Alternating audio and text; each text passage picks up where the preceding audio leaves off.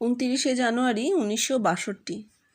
শ্রীজীবনকৃষ্ণ ঘরের সকলকে প্রশ্ন করলেন, এই তোরা একবার আদিপুরুষের চিন্তা কর, চিন্তা করে বল কীরকম দেখতে।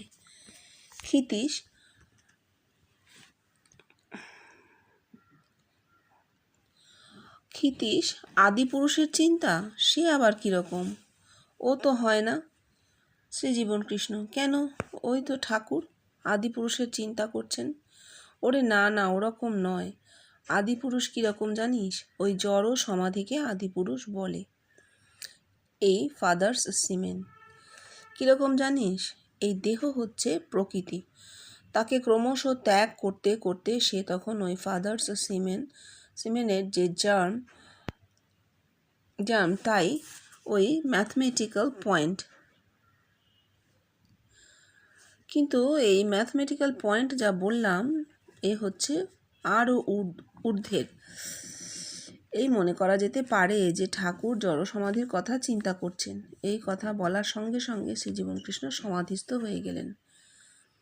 সমাধি ভঙ্গের পর বললেন, ওরে, কথা বললেই, উচ্চারণ করলেই এই রকম হয়ে যাবে। আবার সমাধিস্থ হলেন। এরকম হয়ে যাবে। আবার সমাধিস্থ হলেন। সমাধি ভাঙার পর বলতে লাগলেন, দেখ, এ সমাধি এমন যে এতে কুম্ভক হয়ে নিঃশ্বাস বন্ধ হয়ে যায়। অর্থাৎ লোকটা মরে গেলে যা হয় তাই, স্থিত সমাধির অবস্থা। হ্যাঁ, বলছেন ঠাকুর আদি পুরুষের চিন্তা করছেন। কথামৃতে মাস্টারমশাই এইভাবেই নোট করেছেন তো, যে ঠাকুর আদি পুরুষের চিন্তা করছেন। একটা অদ্ভুত ব্যাপার, মাস্টারমশাই কি করে জানলেন যে ঠাকুর আদি পুরুষের চিন্তা করেছেন? তাই নয়? মাস্টারমশাইয়ের পক্ষে এটা কি জানা সম্ভব যে ঠাকুর আদি পুরুষের চিন্তা করছেন? ঠাকুর তো মুখেও বলেননি। বলছেন কি? একটা কিরকম দৈবী লেখা, এটা আমরা বুঝতে পারি। এটা দৈবী লেখা লেখা হয়েছে। মাস্টারমশাই নিজের অজ্ঞাতসারে লিখে চলে যাচ্ছে। কেন? পরে আলোচনা হবে। আদি পুরুষের চিন্তা কি করে করা যায়? ঠিক বলেছেন ক্ষিতীশদা, যে আদি পুরুষের চিন্তা আবার কি? এরকম ভাবে তো হয় না। আদি পুরুষ বললেই আমাদের চোখের সামনে একটা পুরুষের রূপ আসবে, একটা পুরুষের শরীর আসবে। হ্যাঁ, সে মৃত্যু হতে পারে, বার্ধক্য জনিত তার ব্যাপার, এরকম হতে পারে, কিন্তু তা তো নয়। আদি পুরুষ হচ্ছে প্রাণের বীজ। পুরুষের যে আদি, তাই থেকে আমাদের এত বড় দেহ, পিতৃবীজ। চিন্তা করে তো ওই অবস্থা পাওয়া যায় না। দুভাবে হয়। এক হচ্ছে জন্মাবার সময়, মানে গর্ভের পিতৃবীজ পড়লো, এই এক, প্রাণে পরিবর্তিত হলো, এই এক। আর মৃত্যুকালে মানুষ আবার ওই পিতৃবীজে ফিরে যায়। এই কথা জীবনকৃষ্ণ বলেছেন অন্য জায়গায়। জুড়াইতে চাই কোথায়, জুড়াই গাওয়া হচ্ছে, কথামৃতে পাঠ হচ্ছে। উনি বলছেন, বাবা কোথা হতে আসি কিরে বাবা? বাপ মার দেহ থেকে আসি, কোথায় ফিরে যাই? আবার সেই পিতৃবীজেই ফিরে যাই। তাহলে এই দুটো অবস্থা আছে, পিতৃবীজ বা আদি পুরুষ, যা মানুষের দেহে ঘটে, অথচ সচেতনে তাকে আমরা ধরতে পারবো না, কোনোদিন পারা যায় না।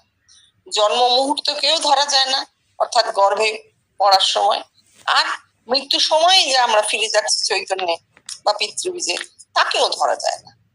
এই দুটোই আমাদের অধরা, মানুষের অধরা। একমাত্র জড় সমাধি যদি কারোর দেহে হয়, বেশটি, একেবারেই বেশটি, যদি কারোর দেহে জড় সমাধি হয়, তখন তার সমস্ত দেহবোধ গুটিয়ে ওই বিন্দুতে চলে যায়। তাকে বলে জড় সমাধি। ওই পয়েন্ট যার দেহে হবে, তিনি যদি ওই পয়েন্টকে ধরতে পারেন, ওই পয়েন্ট অবস্থায় পৌঁছে যেতে পারেন, ম্যাথমেটিক্যাল পয়েন্ট মাত্র, তবে তার কাছে এই বিশ্বব্যাপিত্ব আসবে। পরবর্তী স্টেপ হচ্ছে বিশ্বব্যাপিত্ব, কেননা বীজবৎ, তারপরেই স্বপ্নবৎ। তখন তার সেই চৈতন্য জগৎময় হবে, স্বপ্ন তা ফুটে উঠতে থাকবে। এই হচ্ছে প্রমাণ, কারোর জড় সমাধি হয়েছে তার প্রমাণ। এবং আদি পুরুষ নামটা দিলে কি হচ্ছে, জিনিসটা একটু বিক্ষিপ্ত হয়ে যাচ্ছে, আমরা একটু কনফিউজড হয়ে যাচ্ছি, এদিক ওদিক হাত পাবো। বেদে কাকে বলেছে, আদি পুরুষ কোন ঋষির বাবা, কার থেকে জন্ম হলো। আব্রাহামিক রিলিজিয়নে যেমন আব্রাহামকে বলছে আদি পুরুষ, তার থেকে সব জন্মাচ্ছে এক এক করে। না না না, অজরামর এই মনুষ্য জাতি চিরকাল আছে, শাশ্বত, অনাদি অনন্ত। সুতরাং তার শুরু কোথায় শেষ কোথায় কেউ তো জানে না। আদি পুরুষ বলতে আমরা কি বুঝতে পারি? আমরা বেষ্টিতেই খুঁজবো নিজের মধ্যে যে আদি, আদি মানে শুরু। আমার শুরু কোথা থেকে, আমার এই আমিটার শুরু কোথা থেকে? সেই পিতৃবীজ থেকে। জন্ম মুহূর্তে তা প্রাণ পেল, আবার মৃত্যুর পর সেই প্রাণ আবার চৈতন্যে ফিরে গেল। চৈতন্য থেকে প্রাণ, প্রাণ থেকে এত বড় দেহ, দেহে প্রাণ শক্তি, আবার প্রাণ শক্তি নিঃশেষ হয়ে যাচ্ছে, আবার দেহ লয় হয়ে যাচ্ছে, ফিরে সেই প্রাণ শক্তি আবার চৈতন্যে লয় হচ্ছে। এই হচ্ছে সাইকেল, চক্র। আর ওর যে হয়েছিল, উনি বলছেন ওর সঙ্গে সঙ্গে সমাধি হচ্ছে। উনি বলতে বলতে বলতে সমাধিস্থ হচ্ছেন, বলছেন উচ্চারণ করলেই সমাধি হয়ে যাবে। যদি কারোর জড় সমাধি হয়ে থাকে তাহলে কি হবে, এই সমাধির কথা উচ্চারণ করার সঙ্গে সঙ্গে তিনি সমাধিস্থ হয়ে যাবেন, দেহবোধ চলে যাবে। সেটা হচ্ছে এবং সেটা দেখা যাচ্ছে।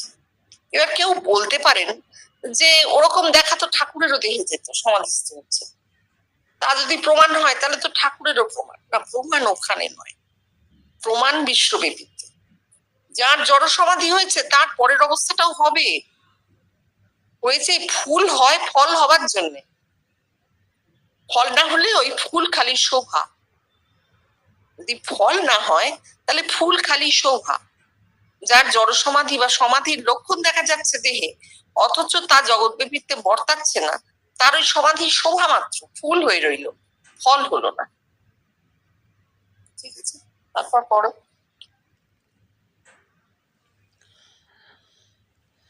ধীরেনকে দেখ, তুই কাল অনাথকে দেখার ব্যাখ্যা দিলি অদ্বৈত। আজ কিন্তু ঠিক ঘুম ভেঙে চোখ চাইলাম আর ক্ষিতীশ ফুটে উঠল। এর ব্যাখ্যা দিতে পারিস? ধীরেন, আপনার কন্ট্রোলিং পাওয়ার এই দেখাচ্ছে। শ্রীজীবন কৃষ্ণ, তাই নাকি? তা হবে।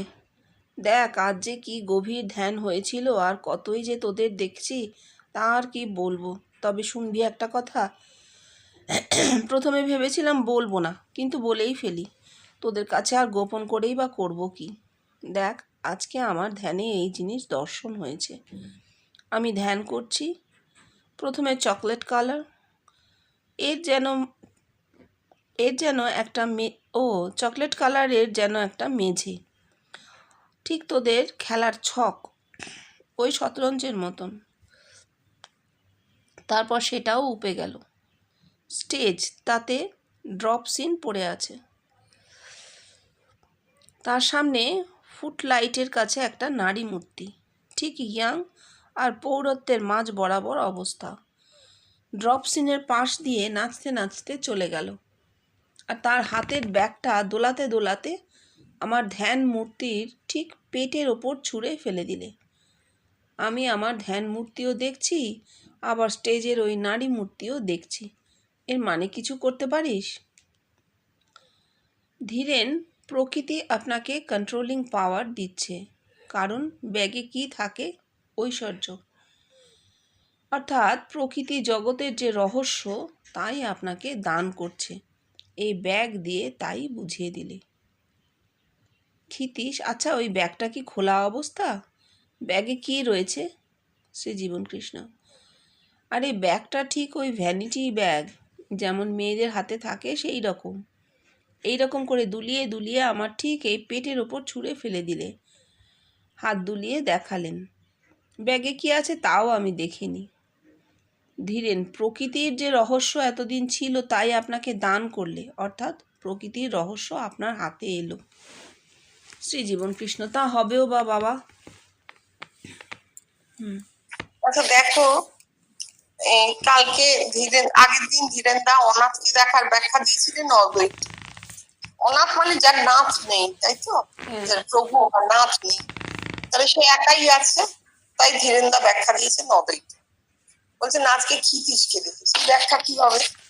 যে ক্ষিতীশকে দেখার অর্থ, ক্ষিতি মানে তো জগৎ, ক্ষিতি ঈশ্বর, জগতের ঈশ্বর, জগদীশ্বর, তাহলে আপনার কন্ট্রোলিং পাওয়ার, এটা দেখাচ্ছে।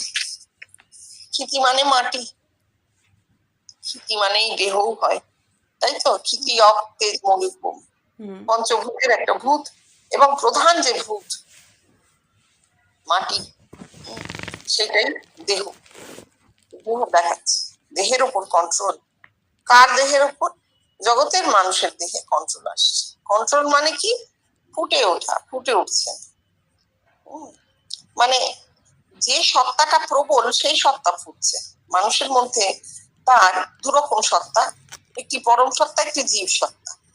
দেহাত্মবোধ চলে গিয়ে যদি পরম সত্তা প্রবল হয়, তখন আমরা সেইটাকে বলবো কন্ট্রোল, সেটাই কন্ট্রোলিং পাওয়ার। এখনো পর্যন্ত মানুষের পরম সত্তা সেইভাবে ফুটে উঠতে পারছে না, আমরা দেখতে পাচ্ছি না যে মানুষকে তার পরম সত্তা চালিত করছে, তাহলে দিকে দিকে এত কিছু ঘটলো না। এটা ঘটছে মানে শক্তির চরম প্রকাশ করছে। শক্তি ভালো হয় খারাপও হয় না জগতে প্রকাশটা। আমরা যেটা দেখছি একটা খারাপ প্রকাশ দেখছি, আমাদের কাছে এটা, এই প্রকাশটা একটা নেতিবাচক প্রকাশ করছে, শক্তি চরম প্রকাশ করছে। কিন্তু এই প্রকাশটা কখনোই কন্ট্রোল নয়। এই কন্ট্রোল শক্তি দিয়ে কন্ট্রোল করলে এইরকম। আর ওকে দেখা বা দেহের ভেতরে পরম সত্তা ফুটে উঠলে কি হবে? পরম সত্তা মানুষকে কন্ট্রোল করবে, বাইরে থেকে কিছু কন্ট্রোল করতে হবে না। তখন আর শক্তির কন্ট্রোল নেই, তখন তার চৈতন্যের কন্ট্রোল। এইবার বলছেন ধ্যানে দেখছেন একজন মধ্যবয়সী নারী, সে ড্রপ সিনের পাশ দিয়ে নাচতে নাচতে ব্যাগটা পেটের উপর ছুঁড়ে দিয়ে চলে গেল। নিজের ধ্যান মূর্তিও দেখতে পাচ্ছেন, অদ্ভুত। দেখো, নিজের ধ্যান মূর্তি দেখছেন, তাহলে তিনি নিজেকেও দেখছেন আর নারী মূর্তিকেও দেখছেন, দুটো দেখছেন। নারী মূর্তি তো তারই ভেতর থেকে বেরিয়েছে, তাহলে নিজের ধ্যান মূর্তিকে কাকে দেখছেন? নিজের অবস্থাটা দেখছেন, নিজের অবস্থাটা দেখছেন। জগতে বসে থাকলেও তিনি ধ্যানস্থ, তার চৈতন্য ওই ধ্যানে বদ্ধ হয়ে আছে, মোটেই তিনি জগতে নামছেন। সেই অবস্থায় দেখছেন নারী মূর্তি। নারী মূর্তি প্রকৃতি আমরা জানি, আবার নারী তো দেহও বটে, তার দেহের কন্ডিশনটা দেখাচ্ছে।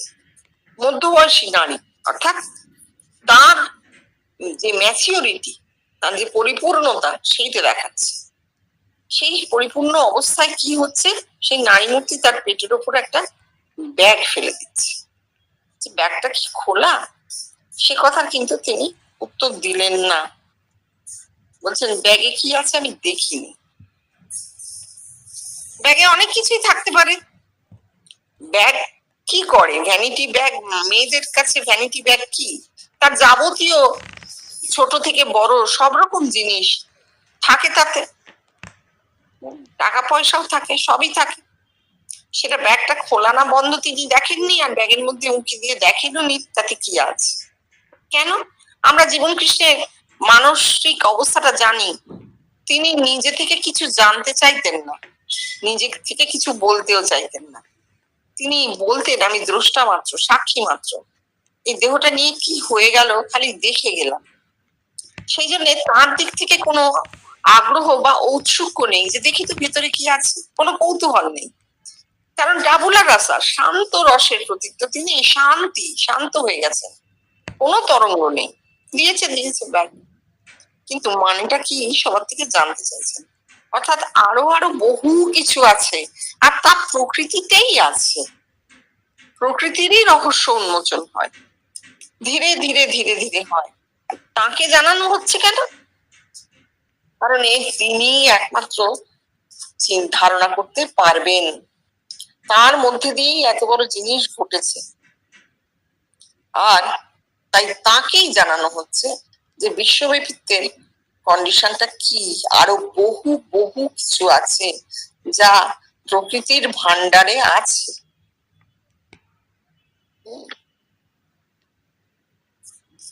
কন্ট্রোলিং পাওয়ারটা এখানে আমার মনে হচ্ছে না। কন্ট্রোলিং পাওয়ারের যদি বাংলা মানে করি, তার হচ্ছে নিয়ন্ত্রণের শক্তি। কিন্তু আমরা জানি যে জীবন কৃষ্ণের শক্তির খেলা কিছু ছিল না, যা ছিল পরিপূর্ণতা, চৈতন্য, একত্বের বোধ। একত্বের বোধকে কন্ট্রোলিং পাওয়ার বললে ভুল হবে। সেই জন্য নিয়ন্ত্রণের শক্তি টক্তি না, জগৎ আপনা থেকেই নিয়ন্ত্রিত হয়। যা হয়েছে তা হচ্ছে তার রূপ ভেতরে ছড়িয়ে পড়ে মানুষকে অন্তর্মুখী করে দিয়েছে, তার পরম সত্তার জাগরণ ঘটিয়েছে। একে যদি কন্ট্রোলিং পাওয়ার বলা যায় তো বলা হোক। হ্যাঁ, তারপর পড়ো।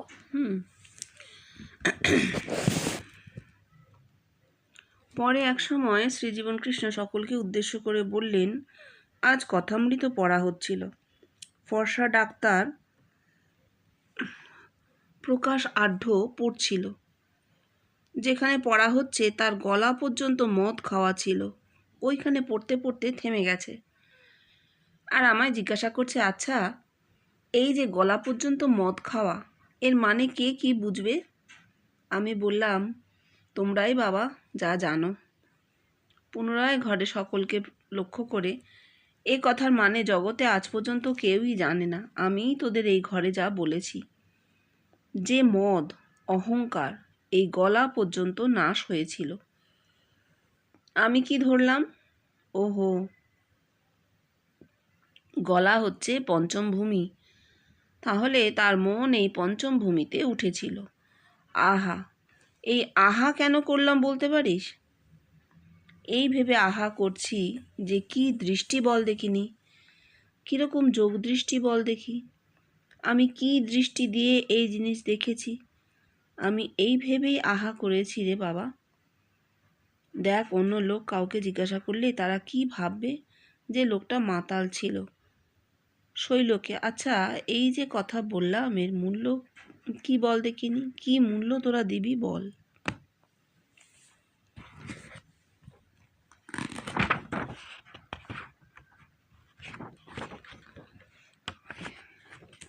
আর একটু আছে না? হ্যাঁ, শৈল চক্রবর্তী, অমূল্য। শ্রীজীবন কৃষ্ণ, হ্যাঁ বাবা, সহাস্যে, হ্যাঁ বাবা, ওই অমূল্য বলেই তোমরা সারবে, ওই অমূল্য বলেই তোমরা সারবে। দেখ, যখন তোদের বয়স হবে, যত দিন যাবে, আর এই সব ফুটবে তোদের জীবনে, যখন এইসব কথা মনে হবে, তখন বুঝতে পারবি এই কি জিনিস, কি অপূর্ব। তখন এর মূল্য কি তোরা বুঝতে পারবি। গলা পর্যন্ত মদ খাওয়া ছিল। মদ মানে তো আমি, অহংকার। খাওয়া মানে খেয়ে ফেলেছে, অহংকার গিলে ফেলেছে, খেয়ে ফেলেছে। অহংকার নাশ হতে হতে একটা একটা ভূমি অতিক্রম করে আগমে বেষ্টিতে একটি মানুষের দেহে হয়। একটা একটা ভূমি অতিক্রম করে প্রাণ শক্তি, ততদূর পর্যন্ত তার অহং নাশ হয়।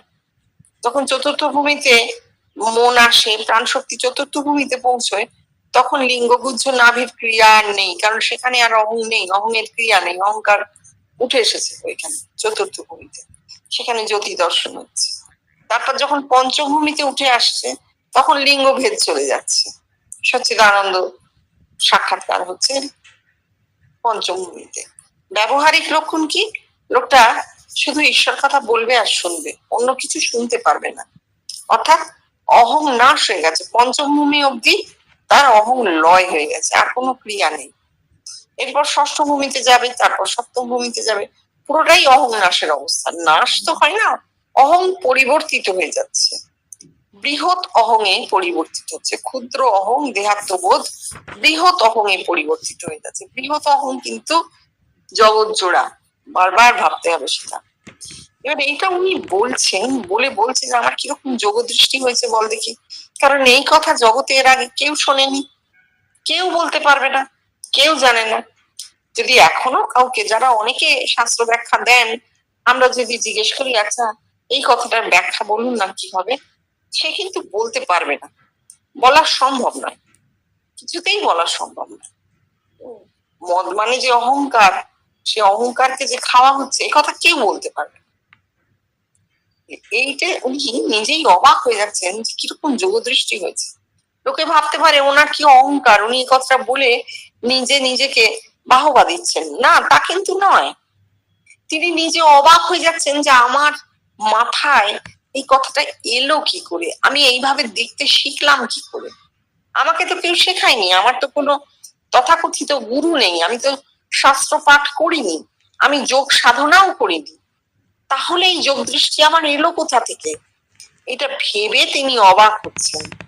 আর সেই কথাটাই শৈল চক্রবর্তীকে বলছেন যে যত দিন যাবে ততদিন তোরা তোদের অনুভূতির কথা চিন্তা করবি, আমার সঙ্গে দেখা হওয়া, এই এত আলোচনা হওয়া, তোদের নিজস্ব সমস্ত অনুভূতি যত তোরা চিন্তা করবি তত তোরা বুঝবি যে জিনিসটা কি অপূর্ব জিনিস ঘটেছে। কারণ তোরাও তো বাবা সাধনা করিসনি, তোদের তো কোনো যোগ সাধনা, কোনো গুরু, কোনো তথাকথিত শাস্ত্র আলোচনা কিছুই তো হয়নি। তোরাও তো আমারই মতন সাধারণ মানুষ। একদিন তোরাও এই কথা মনে করতে করতে অবাক হয়ে ভাববি কি করে জিনিসটা ঘটলো, তখন মূল্য বুঝবি, তার আগে নয়।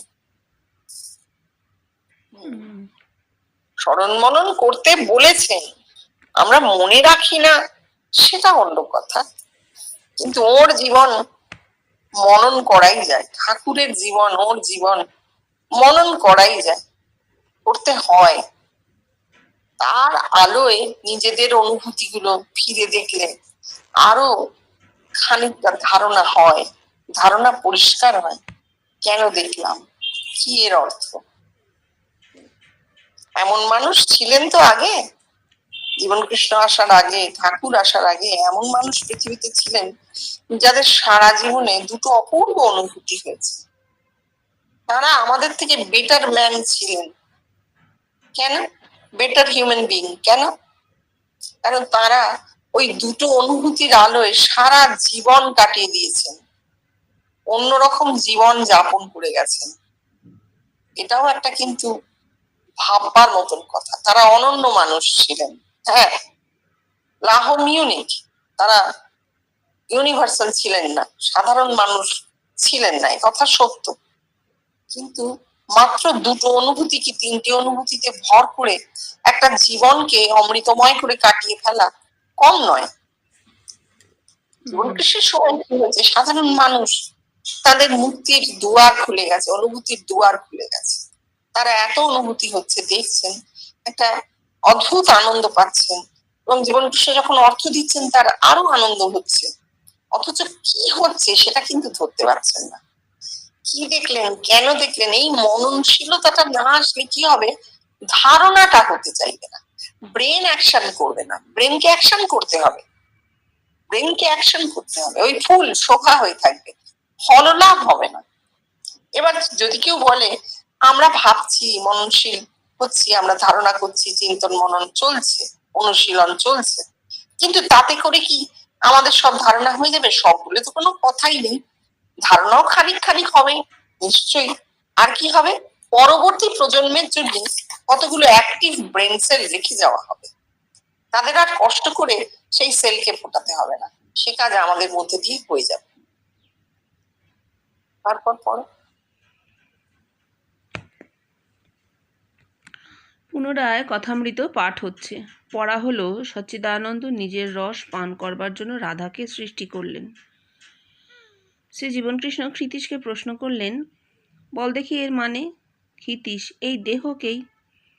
শ্রী জীবনকৃষ্ণ বাধা দিয়ে বলে উঠলেন, ওরে, এত অ্যাব্রাপ্টলি বললে হবে না, ভালো করে বল।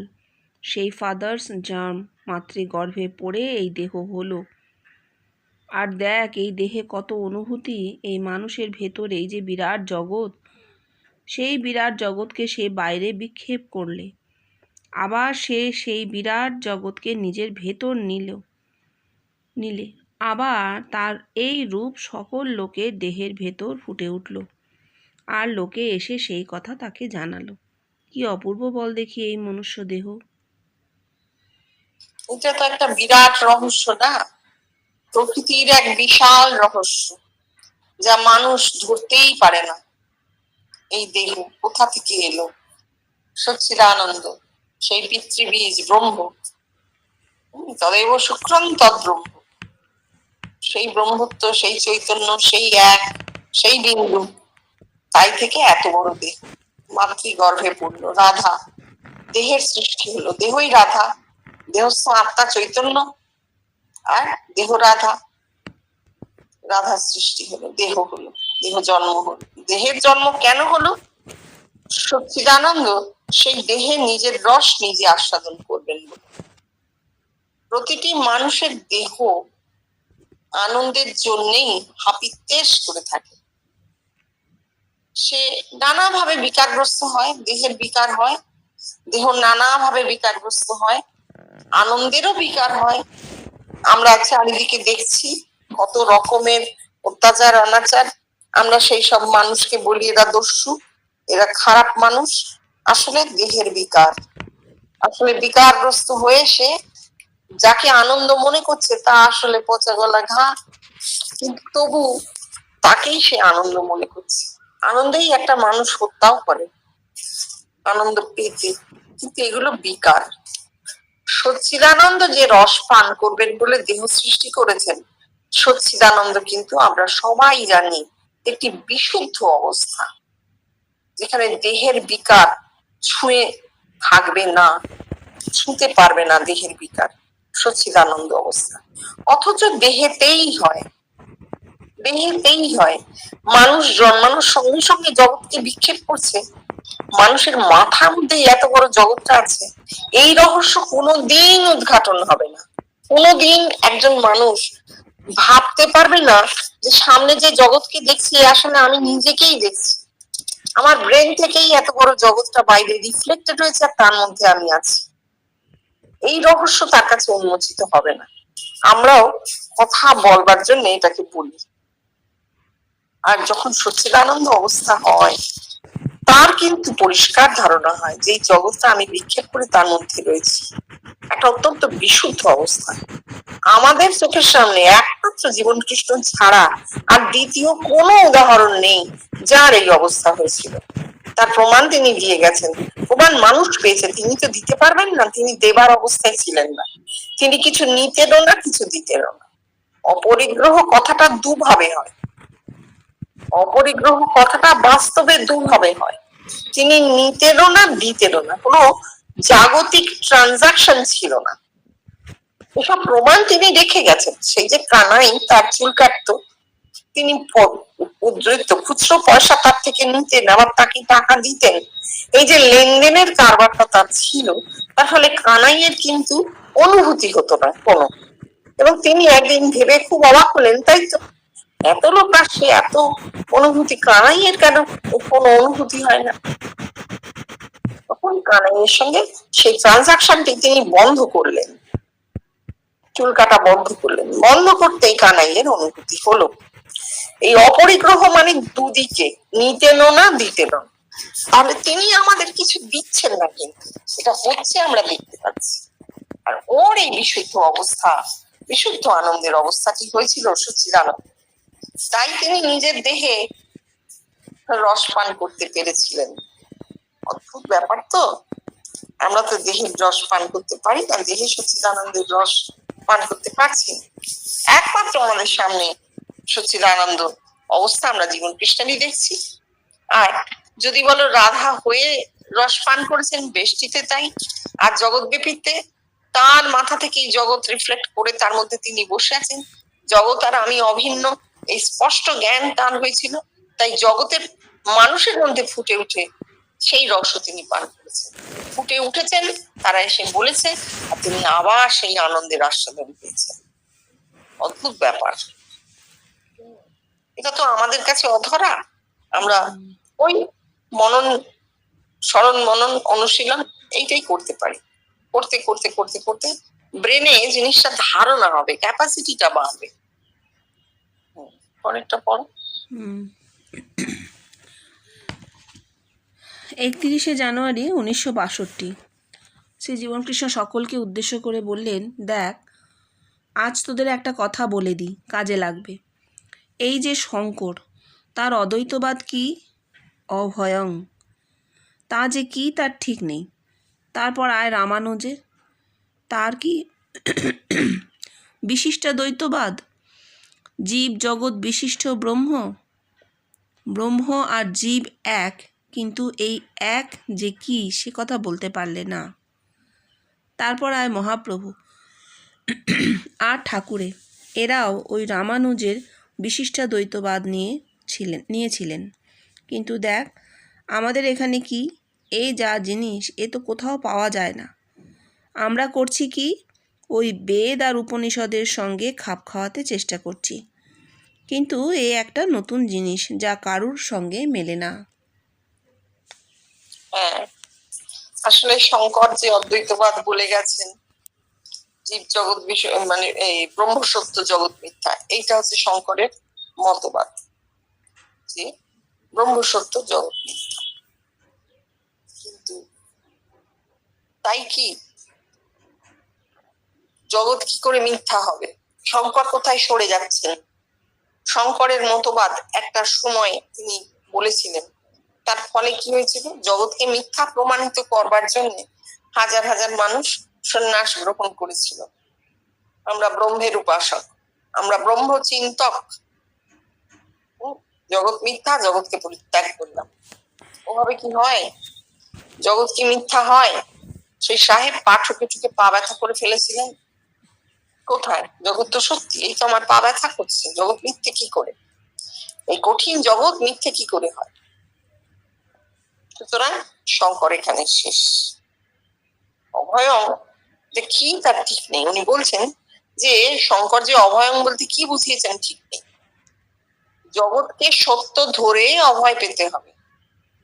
যখন আমি ও জগৎ অভিন্ন, আমি ছাড়া কিছু নেই, আমারই একটা রিফ্লেকশন এই জগৎ, দ্বিতীয় কিছু নেই, তখন অভয়। অভি একটা পদ, একটা বার্থ, একটা পজিশন, একটা কন্ডিশন।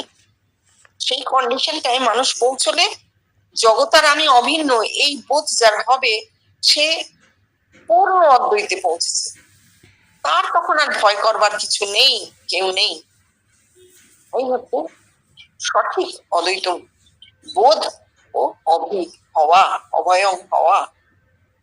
এবার বিশিষ্টাদ্বৈতবাদে রামানুজ কি বলছেন? বলছেন জীব জগৎ বিশিষ্ট ব্রহ্ম, ব্রহ্ম আর জীব এক। কিন্তু রামানুজ এত বড় কথাটা বলে দিলেন যে শঙ্করের ব্রহ্মসত্য জগৎ মিথ্যা নয়, ব্রহ্মসত্য জগৎও সত্য। এই জগৎও জীব জগৎ বিশিষ্ট ব্রহ্ম, জগৎ আলাদা নয়। বেল বেল দিয়ে বোঝাতে চাইল। ধীরেন্দা বললেন রামানুজ আমাদের হাতে একটা বেল দিয়ে গেছে, কিন্তু না, রামানুজ ওই প্রতীকটা ব্যবহার করে বোঝাতে চেয়েছেন যে বেলের যেমন খোলা বিচি সব সত্য, তা না হলে শ্বাস বাড়ে না, ঠিক সেরকম জগৎ সত্য, জগৎ না হলে ব্রহ্মত্বের প্রকাশ আর কোথাও নেই। ভালো কথা, কিন্তু এই যে এক, ব্রহ্ম আর জীব এক, এই এক কি সেইটা রামানুজ জানাতে পারলেন না, বলতেও পারলেন না। এবার রামানুজের পর মহাপ্রভু আর ঠাকুর যে রামানুজের বিশিষ্টাদ্বৈতবাদ নিয়েছিলেন, সেটা আমরা কি করে জানবো? উনি তো একটা লাইনে বলেছেন এখানে, আমরা জানবো কি করে? ঠাকুর যখন যেদিকে তাকাচ্ছেন বলছেন সব ব্রহ্ম, বলছেন মাই সব হয়েছেন, মাই সব হয়েছেন। ঠাকুরের যে একটা মুখের কথা ছিল। হ্যাঁ, রাস্তায় বেরিয়েছেন, চিতপুর দিয়ে যাচ্ছেন, মেয়েরা সব দাঁড়িয়ে, তিনি বলছেন আমি দেখছি মাই সব এক একটি হয়েছেন। যাকে দেখছেন তাকেই বলছেন কথা। বলছেন তুমি জানো আর না জানো তুমি রাম, অর্থাৎ তোমরা সবাই ব্রহ্ম, তোমরাও ব্রহ্ম, তোমরা ব্রহ্ম। তুমি জানতে পারছো না, তোমার অজ্ঞাত সারে আছে সে বোধ, কিন্তু তোমরা সকলেই ব্রহ্ম। ঠাকুর নিয়েছিলেন, কিন্তু ঠাকুরের একটা মুশকিল ছিল যে তিনি নিজের সঙ্গে জগৎকে এক করতে পারেননি। তাই জন্য ওই তোমরার মধ্যে নিজে স্থাপিত হচ্ছেন না। ঠাকুর যদি বলতেন আমরা সবাই ব্রহ্ম, তাহলেই কিন্তু গোলটা মিটত। ঠাকুরের দ্বৈতবোধ ছিল, দ্বৈতবোধ থাকতে থাকতে ওই ভূমিতে আরোহণ করা যায় না, ওটা একটা মুখের কথা হয়ে যায়। এইবার মহাপ্রভু ঠাকুরেরও 500 বছর আগে মহাপ্রভু অদ্বৈতবাদী সন্ন্যাসী, তিনি ভেতরে জানতেন অদ্বৈতবাদ কি। তিনি যার ভেতরে কৃষ্ণের অবতরণ দেখেছেন, নীল চৈতন্যের অবতরণ দেখেছেন। তার ভেতরে যে নীল চৈতন্যের অবতরণ হয়েছিল তার প্রমাণ তিনি সমুদ্র দেখলে ছুটে যেতেন, নীল দেখলে স্থির থাকতে পারতেন না, আকাশের দিকে দুটো হাত মেলে নৃত্য করতেন। এই প্রমাণ যে তিনি সেইভাবে চৈতন্যকে পেয়েছিলেন ভেতরে। অথচ তার মধ্যে ফুটলো না জিনিসটা। অদ্বৈতবাদের চরম জায়গা স্পর্শ করলেন বৃষ্টিতে, অথচ ফুটলো দ্বৈতবাদ। কেন? জগৎব্যাপীতে না এলে দ্বৈতবাদের নাশ নেই। যতক্ষণ মানুষ বৃষ্টিতে আটকে থাকবে ততক্ষণ সে দ্বৈতবাদে বদ্ধ। সে বুঝেও জেনেও অদ্বৈত ভূমিতে আরোহণ করতে পারবে না, যতক্ষণ না সে জানবে সে আর জগৎ অভিন্ন এক। জগৎ বলে আলাদা কিছু নেই, আমি বলেও আলাদা কিছু নেই। ওই টাকার একটা মাথা, একটা দিকে হেড যেটা, সেটা আমি, আর উল্টো দিকে যে সংখ্যাটা লেখা আছে সেটা জগৎ। পয়েন্ট একটাই। এটা যতক্ষণ না উপলব্ধি হবে ততক্ষণ মানুষ অদ্বৈত ভূমিকে স্পর্শ করতে পারবে না। সুতরাং রামানুজের বিশিষ্টাদ্বৈত বাদ একটা বাদই থেকে গেল, প্রকাশ হলো না, সে তার চরম জায়গাটা স্পর্শ করলো না। এবার এখানকার কথাই উনি বলছেন যে আমরা কি করছি, আমরা একটা সমন্বয়ের চেষ্টা করছি। কিন্তু বেদ কি বলছে, উপনিষদ কি বলছে, শঙ্করাচার্য কি বলেছেন? শঙ্করাচার্যের স্তোত্রটার নাম মনে পড়েছে, মোহমুদ্গর স্তোত্র। মোহকে ভাঙবার জন্য যে মুগুর ব্যবহার করা হয় সেই স্তোত্র। যাই হোক, শঙ্করাচার্য কি করেছেন, রামানুজ কি দিয়ে গেছেন, এই এত এত দান আমরা কিন্তু গ্রহণ করেছি, এটা মনে রাখতে হবে। কিছু নিলে কিছু দিতে হবেই হবে। ঠাকুর বলেছিলেন খাইয়েছে নাচিয়ে নেবে। খাইয়েছে মানে সাধন হয়েছে দেহে, নাচিয়ে নেবে মানে জগৎকে গতি দান করতে হবে। নাচ কি? গতি প্রকাশ হবে, জগতে গতি প্রকাশিত হবে।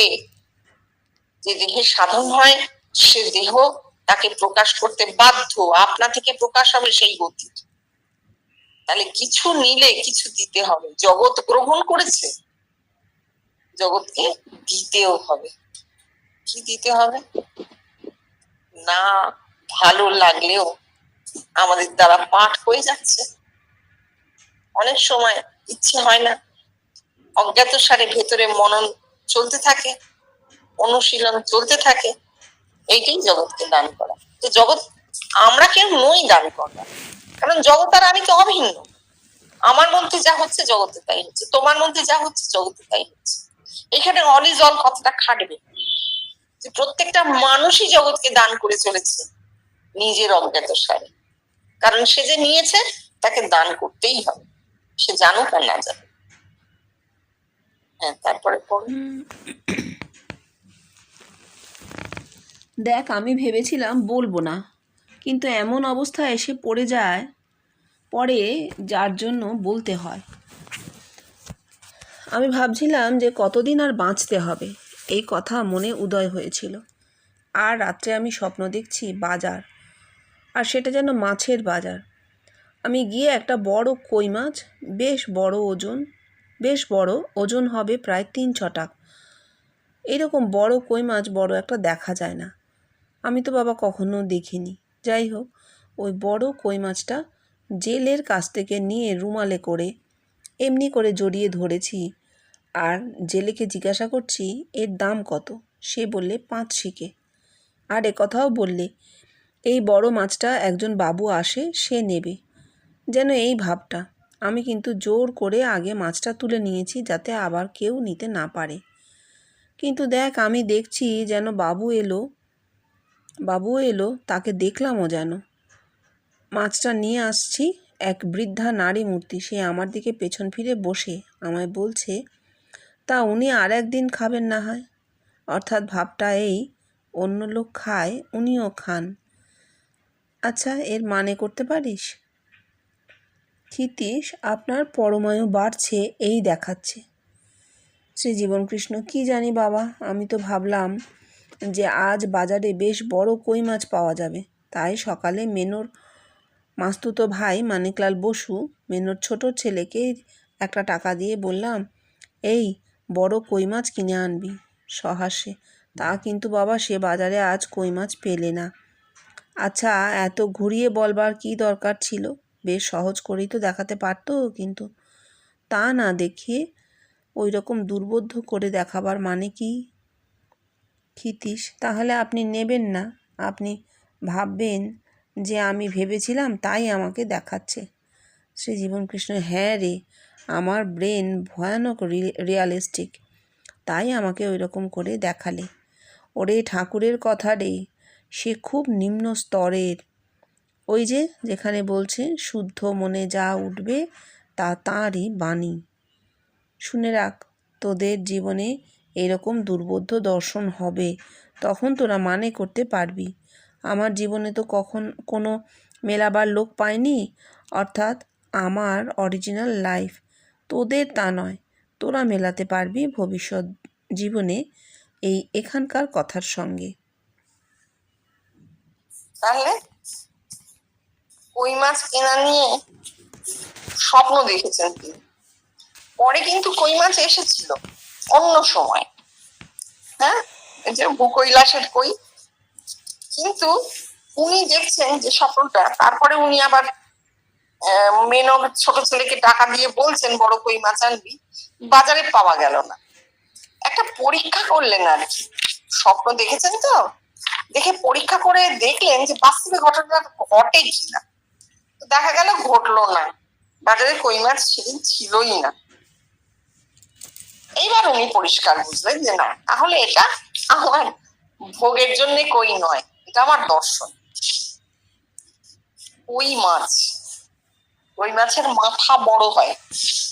কেন কই মাছ বারবার তার দর্শনে এসেছে, কেন তিনি দুবার দেখেছেন, কেন তিনি ভূকৈলাসের সাধু আবার খাচ্ছেন কই মাছ কিনে এনে, এটা দেখাচ্ছে কেন। কই মাছের মাথা বড় হয়। মাছ যদি আত্মার প্রতীক হয়, অর্থাৎ মানুষই হচ্ছে, আর তার মাথাটা বড়, অর্থাৎ ধীরে ধীরে মানুষের ব্রেনটা বড়ই হবে, মানুষের ক্যানিয়নের মাপ আরো বড় হয়ে যাবে, মাথা সর্বস্ব মানুষ হবে। কই মাছ দেখছেন, মাথা বড়, অর্থাৎ ধারণা শক্তি বেশি, ধারণা শক্তি বেশি। জেলে বলছে যে একজন বাবু এসে নিয়ে যাবেন বলেছেন। কে? বড় মাছটা আরেকজন বাবু এসে নিয়ে যাবেন বলেছেন। সে বাবুকে তো দেখা গেল না। ভগবান,